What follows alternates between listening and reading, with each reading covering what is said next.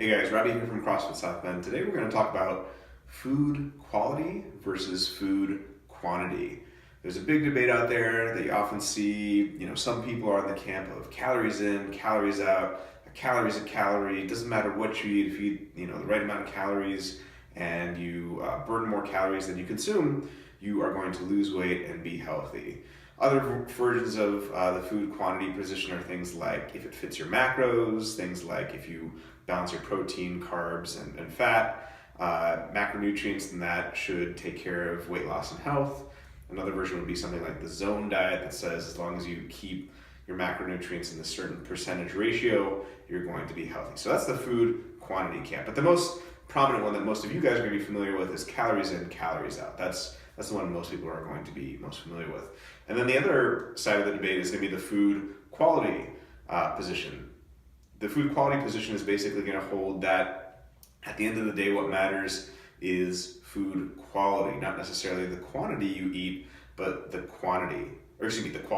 So with food quality, what they would argue is something like 3,000 calories of real whole food is going to be healthier for you and get you to the appropriate weight you need to be in a much more efficient and better fashion than eating 1,000 calories, let's say, of processed foods and not good foods. So we're going to talk about the pros and cons of each position and which position ultimately ends up having the upper hand. Now, just to give you the headline here before we discuss each of these different versions, we firmly believe that food quality is far more important than food quantity. Does food quantity have a place? Yes, absolutely. When it comes to body composition stuff, things like weight loss and weight gain, which are not the same as health, strictly speaking from a body composition perspective, food quantity can be a good way to adjust and tinker and try to fix some things if you have a food quality foundation. But food quality is the foundation you should always start from, and I'll explain why. So let's start talking about food quantity. This is going to be the one that you guys are most familiar with. It's been the dominant paradigm for the past 30 to 40 years.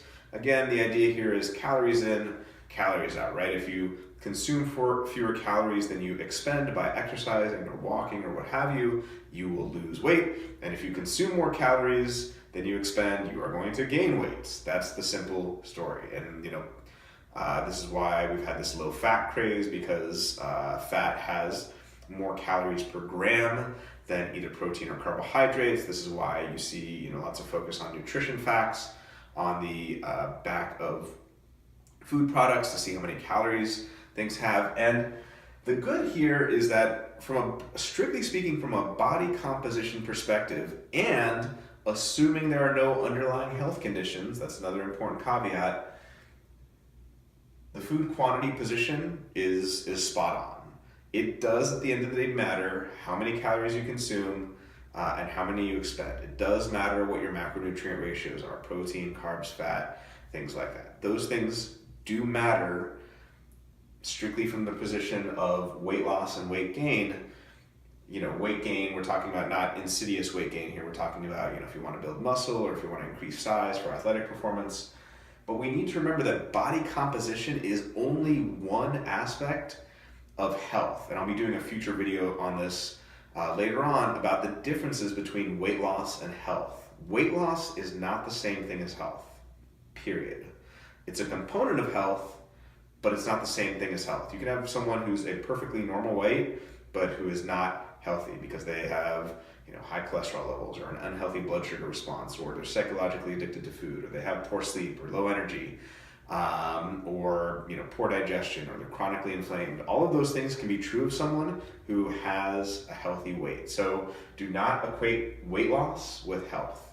Weight loss can be helpful in getting to health and can be one component of health, but weight loss is not health, okay? So that's the good for food quantity, but you can see overall I've written down food quantity in red because in general, this is not the foundation you want to start from. Why? Because there's so many other things missing from this food quantity perspective, health being the most important one. What's missing from the health perspective? Are the calories you consume empty? You could eat 1,000 calories a day of empty calories.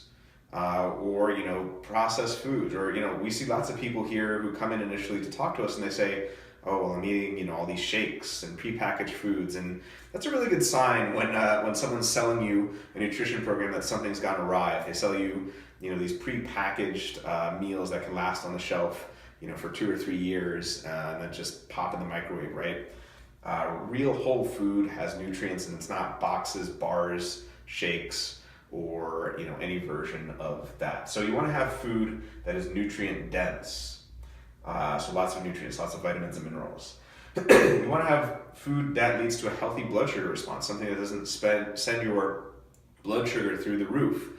You could have 100 calories of soda, and that's 100 calories, but it's still going to send your blood sugar on a roller coaster because it's going to lead to, insulin being released by your body to try to control the blood sugar response that happens as a result of eating something that's very, very high in sugar. Psychological addiction. You don't want to eat foods that you're psychologically addicted to. And in another example here, we were just talking about soda. Let's talk about soda again. I see so many people, probably the number one thing that people tell me that they're addicted to, food-wise, is diet soda. Diet soda, by definition, has very few to no calories, and yet it elicits the psychological addiction response, which is not good. You should not feel like you are psychologically dependent on any food or any drink. It should be good, it should be delicious, but it shouldn't be like you get tremors or you start worrying if you feel like you can't have it. You need food that leads to a healthy digestive response. Lots of people have constipation, diarrhea, bloating, gas, acid reflux. We want to have food that nourishes us and leads to a healthy digestive system. We want to have food that minimizes chronic and systemic inflammation.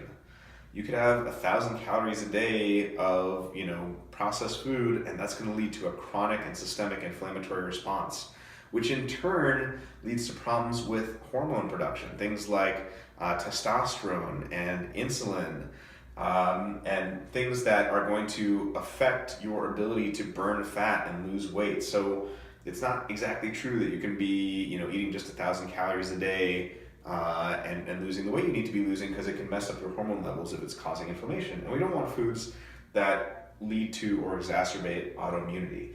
In line with that, let's talk about some underlying health conditions that can complicate this picture.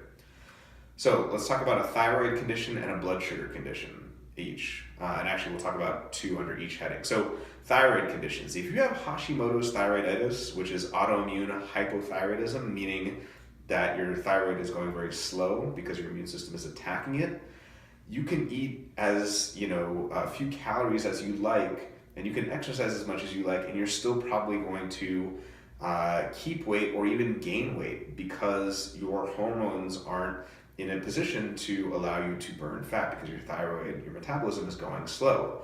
On the other side of things, if you have Graves' disease, which is autoimmune hyperthyroidism, where your thyroid is going far too fast, you can eat as much as you'd like, and you're probably still going to lose a lot of weight because your thyroid is going so fast. Let's talk about blood sugar. If you're a type 2 diabetic, it can be the case that you eat less and work out more, and you can still keep weight or even gain weight because you're insulin resistant. If you're a type 1 diabetic, it can be the case that you can eat all you'd like and you're still going to lose weight because there are issues going on with your hormone levels. So it's just not true when people say, calories in, calories out, and anyone who tries to eat, as few calories as possible and work out as much as they want, they're going to lose weight. That is just simply not true. In fact, when it comes to these underlying health conditions, it's blatantly false. So can this be true in an otherwise healthy individual? Yes, but when these underlying health conditions are in play, it's just not true. And those were just a couple of the underlying health conditions that can mess up this picture. There are plenty of others, okay? So let's talk about the food quality perspective. So what's good about the food quality perspective and what we think should be the foundation of the way you think about food is basically just the mirror opposite of what was bad about the food quantity. So whereas food quantity didn't take account of these things, food quality does take account of your health. It's a health first approach. We focus on real whole food that's nutrient dense, that does not spike your blood sugar, that is delicious and enjoyable, steak, roasted broccoli, and roasted potatoes. That's delicious, but it's not psychologically addictive. That leads to a healthy digestive system that minimizes chronic inflammation and systemic inflammation, or at the very least does not cause it. It can be non-inflammatory, it also can be anti-inflammatory, and that does not lead to or exacerbate autoimmune diseases. So this health first approach tends, for the most part, I would say the vast majority of cases, to lead to the appropriate weight that you want to be at. Sometimes that can be weight gain.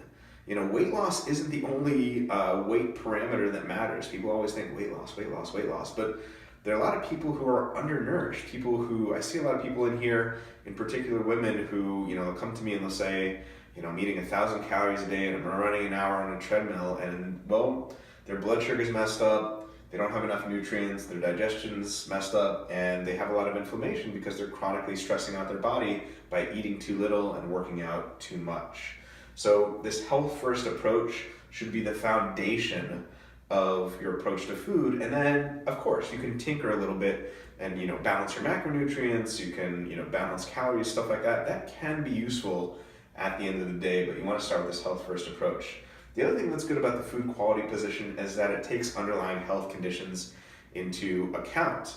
Eating a real whole food approach is going to do a lot to help with things like type 2 diabetes. It's going to do a lot to help with things like Hashimoto's thyroiditis and other autoimmune conditions. So you want to make sure that you have this food quality approach first. Now, with that being said, even though we think this should be the foundation, there is a bad side, and I've seen it, I've experienced it myself. I initially thought this when I started to eat this way. You think, oh well, as long as it's healthy, as long as it's real quality whole food, you can eat as much as you like, and that's not strictly speaking true, right? You can't just eat 100 bananas a day and say, oh well, it's real whole food, I'm okay. Now obviously no one's eating that, but some people tend to go a little bit overboard. You see this sometimes. Some people in the ketogenic movement will say things like, oh, well, you can have a stick of butter a day. No, calories are still going to matter.